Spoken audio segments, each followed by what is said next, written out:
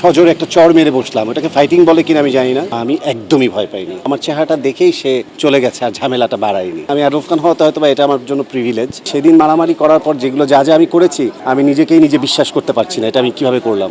সেদিন মানে হাসতে হাসতে বললাম যে মনে হচ্ছে আসলে একটা সুদর্শন পুরুষের কাজ করে ফেলছে। দেখলাম যে ওদের সাথে অস্ত্র নাই এবং ওরা যেভাবে কথা বলছে, কথাবার্তা খুব দুর্বল। ওরা ভয়ভীতি দেখিয়ে মোবাইল বা টাকা পয়সা ছিনতাই করে নিতে চাচ্ছে। যখন আমাকে ওরা দেখলো এবং দেখার পরে তারপর ওরা নিজেরা একটু ভরকে গেল, তখন আমি সাহস পেলাম, প্রতিহত করলাম এবং সজোরে একটা চড় মেরে বসলাম। ওটাকে ফাইটিং বলে কিনা আমি জানি না, সেটা করলাম এবং তারা আমার অ্যাক্টিভিটিস দেখে এবং আমার রিয়াকশন দেখে তারা নিজেরাই চলে গেছে। এবং এই টোটাল ঘটনাটার সাথে আমি যে রিক্সায় উঠেছিলাম, রিক্সাওয়ালাটা যুক্ত ওদের সাথে আমার কাছে মনে হয়েছে।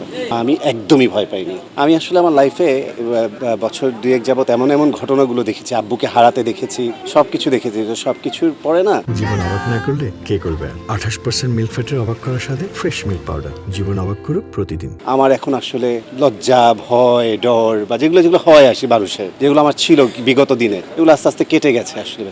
আমি আল্লাহকে ছাড়া কাউকে ভয় পাই না। আমার চেহারাটা দেখেই সে চলে গেছে, আর ঝামেলাটা বাড়ায়নি। আমি আরফ খান হওয়াতে হয়তো বা এটা আমার জন্য প্রিভিলেজ। সে আর বাড়তি কোনো রিয়াকশনে যায়নি বা অ্যাকশনে যায়নি। প্রত্যেকটা জিনিস, প্রত্যেকটা ঘটনা, প্রত্যেকটা ব্যাপারেরই পজিটিভ সাইড আছে, নেগেটিভ সাইড আছে, যে যেটাকে যেভাবে প্রবাহিত করে আর কি। সেদিন মারামারি করার পর যেগুলো যা আমি করেছি, আমি নিজেকেই নিজে বিশ্বাস করতে পারছি না এটা আমি কিভাবে করলাম।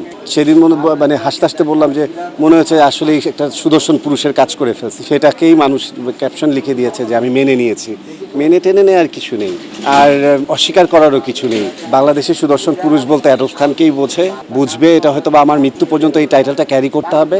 আমি সেটা ক্যারি করছি এবং সব কিছু মিলিয়ে সেটার থেকে যে রেজাল্ট বা যে কাজ বা যে আমার যে ফ্লোটা বা আমার যে ডে বাই ডে যেই সব কিছু ইনক্রিজ হচ্ছে, আমি মনে করি আলহামদুলিল্লাহ। সব কিছুর জন্য এটা আল্লাহর অবদান এবং আই এম ব্লেসড। আমি আমার কোনো কিছু নিয়ে, বিশ্বাস করুন, আমার কোনো কিছু নিয়ে কমপ্লেন নেই, আফসোস নেই, রিগ্রেট নেই। কোনো কিছু কে এত করলো, কে কি করলো, কেন করলো, আমাকে কেন বললো, কেন কি হলো, এগুলো করছে, কমেন্টস করছে, এটা বাজে কমেন্টস হচ্ছে, এটা হচ্ছে, কোনো কিছু নিয়ে আমি একেবারেই মোটেও বদার্ড নেই। এনজয় যেমন করি, এটা রেসপন্সিবিলিটি আছে, একটু ভয় আছে, সব কিছু মিলিয়েই খুবই এক্সাইটমেন্ট একটা ব্যাপার। আমি আমার কাজটাকে ফোকাস দিই এন্ড অফ দ্য ডে, এবং দিন শেষে আমরা আসলে নিজের পরিচয়, নিজের কাজ, নিজের পরিবার, নিজের আত্মতৃপ্তি, নিজের শান্তি, সেটাই খোঁজার চেষ্টা করি।